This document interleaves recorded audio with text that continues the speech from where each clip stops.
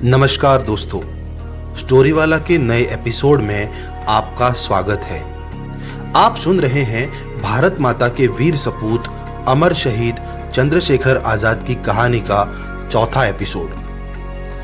Hindustan Republic association नाम के दल की स्थापना के बाद चंद्रशेखर आजाद के साथ साथ बाकी क्रांतिकारियों का भी एक ही मकसद था और वो था हिंदुस्तान की आजादी।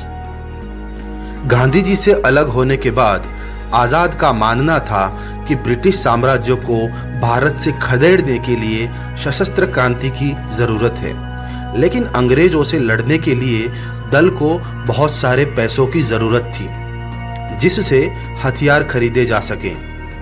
पार्टी मीटिंग में चंद्रशेखर की बात सुनकर सचिंद्र नाथ ने कहा, आजाद, क्या चल रहा है तुम्हारे दिमाग में? बताओ, कहां से आएंगे पैसे?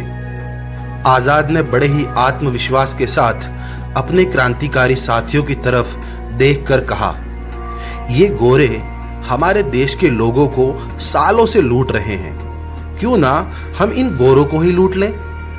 आजाद की बात सुनकर योगेश चंद्र चटर्जी ने मजाक में हंसते हुए कहा, आजाद, तुम्हें क्या लगता है ये काम आसान है? गोरे लोगों को लूटना मतलब गीदड़ों के मुंह से बोटी छीनना, और अगर गलती से ये काम करते करते हम में से कोई पकड़ा गया तो ये कमीने गोरे हमें फांसी पर लटका देंगे। पार्टी मीटिंग में बैठे क्रांतिकारियों के बीच हो रही बातों से अलग सोच में गुम बैठे क्रांतिकारी राम प्रसाद बिस्मिल के चेहरे पर एक अलग ही चमक फैली हुई थी। राम प्रसाद बिस्मिल ने चुटकी बजाते हुए कहा, वाह आजाद, तुमने तो मेरे मन की बात छीन ली। हम अंग्रेजों का ही खजाना लूटेंगे। दोस्तों, आप लोगों को जानकर हैरानी होगी कि जो तरकीब आजाद के दिमाग में है, मैंने उस तरकीब का खाका तैयार कर लिया है।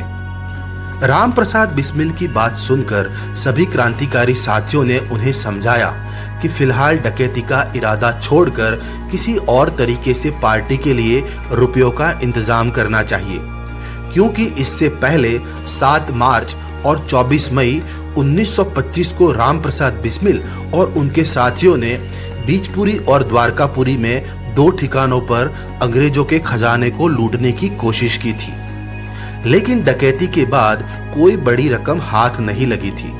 ऊपर से इन डकैतियों के दौरान बिस्मिल के 2 साथी भी मारे गए थे। राम प्रसाद बिस्मिल ने गहरी सांस लेते हुए कहा, पिछली दोनों योजनाओं में जिस तरह से हमने हमारे 2 क्रांतिकारी साथियों को खोया है, उसी का सबक लेते हुए मैंने ये योजना बनाई है, और इस बार मैं आप सबको यकीन दिलाता हूं कि इस बार हमें कामयाब होने से कोई नहीं रोक सकता। राम प्रसाद बिस्मिल की बात सुनने के बाद आजाद ने खुशी के साथ कहा, जल्दी बताओ बिस्मिल जी कि योजना क्या है? इन गोरों के खजाने को लूटने के लिए मेरा जी ललचा रहा है।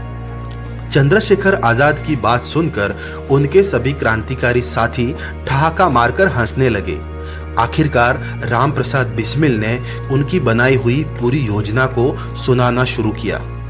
साथियों, इस योजना को अंजाम देने के लिए हमें कम से कम 10 लोगों की जरूरत होगी, और इसे हम कल ही अंजाम देंगे, और हमारा निशाना होगी सहारनपुर से लखनऊ जाने वाली पैसेंजर रेलगाड़ी। जैसा कि मैंने पता लगाया है, हर महीने की 9 तारीख को अंग्रेजों का खजाना इसी ट्रेन से लखनऊ ले जाया जाता है, जिसे हमें रास्ते में ही लूट लेना है। राम प्रसाद बिस्मिल ने अपनी बनाई हुई योजना का खाका अपने क्रांतिकारी साथियों को समझा दिया था। पूरी योजना को सुन लेने के बाद सभी क्रांतिकारी तैयारियों में लग चुके थे।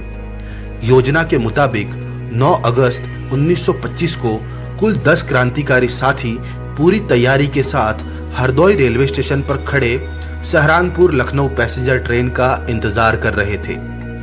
इस खजाने की योजना की अगुवाई खुद राम प्रसाद बिस्मिल कर रहे थे, जबकि उनका साथ दे रहे थे चंद्रशेखर आजाद के अलावा अशफाकुल्ला खान, मुरारी शर्मा, बनवारी लाल, राजेंद्र नाथ लाहिड़ी, शशि चंद्र, केशव चक्रवर्ती, मनमन नाथ गुप्त और मुकुंदी लाल।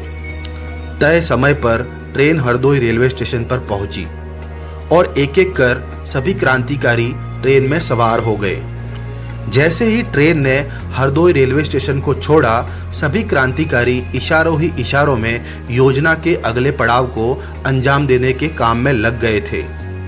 सभी क्रांतिकारी हथियारों से लैस थे, जबकि 4 क्रांतिकारियों के पास उस दौर की सबसे अत्याधुनिक जर्मन मेड माउजर नाम की पिस्टल थी। माउजर नाम की ये छोटी सी ऑटोमेटिक पिस्टल का रुतबा उस दौर में आज की AK-47 गन जैसा था, जिसे देखकर दुश्मन के पसीने छूट जाते थे। रात का समय था और हवा में धुआं छोड़ते हुए रेलगाड़ी आगे बढ़ रही थी और आखिरकार वो जगह आ गई जिसका सभी क्रांतिकारियों को इंतजार था, और उस जगह का नाम था काकोरी। रेलगाड़ी के लोहे के पहियों की चीख के साथ ट्रेन काकोरी रेलवे स्टेशन पर कुछ देर रुकी और रुकने के बाद आगे चल पड़ी।